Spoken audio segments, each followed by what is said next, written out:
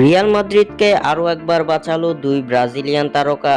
ব্রাজিলিয়ানদের দাপটে মান বাঁচল রিয়াল মাদ্রিদের। বিস্তারিত জানতে পুরো ভিডিওটি দেখুন এবং খেলার সব আপডেট পেতে সাবস্ক্রাইব করুন আমাদের ইউটিউব চ্যানেলটি ও ফলো করুন ফেসবুক, ইনস্টাগ্রাম ও টিকটকে। দর্শক, ব্রাজিলিয়ান তারকাদের ছাড়া কি রিয়াল মাদ্রিদ অচল? আপনাদের মূল্যবান মতামত আমাদের কমেন্ট করে অবশ্যই জানাবেন।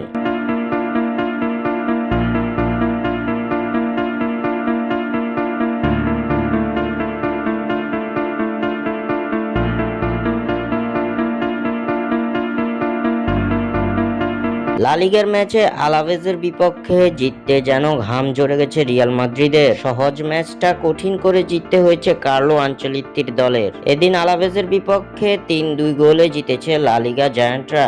রিয়াল মাদ্রিদের হয়ে এদিন গোলে দেখা পেয়েছেন লুকাস ভাস্কেজ, কিলিয়ান এমবাপে ও রদ্রিগো গয়েজ। আলাভেজের বিপক্ষে গোলের দেখা না পেলেও অ্যাসিস্ট করেছেন আরেক ব্রাজিলিয়ান তারকা ভিনিসিয়াস জুনিয়র। ম্যাচের শুরুর প্রথম মিনিটেই লুকাস ভাস্কেজকে দিয়ে গোল করিয়েছেন ভিনিসিয়াস জুনিয়র, যার ফলে ১-০ গোলে এগিয়ে যায় রিয়াল মাদ্রিদ। এরপর ম্যাচের ৪০তম মিনিটে আলাভেজের জালে আবারও রিয়ালের হানা। এবার জুড বেলিংহামের অ্যাসিস্ট থেকে কিলিয়ান এমবাপের গোল। ২-০ গোলের লিড ধরে রেখে প্রথমার্ধের খেলা শেষ করে রিয়াল মাদ্রিদ। দ্বিতীয়ার্ধের শুরুতে আবারও রিয়ালের গোল।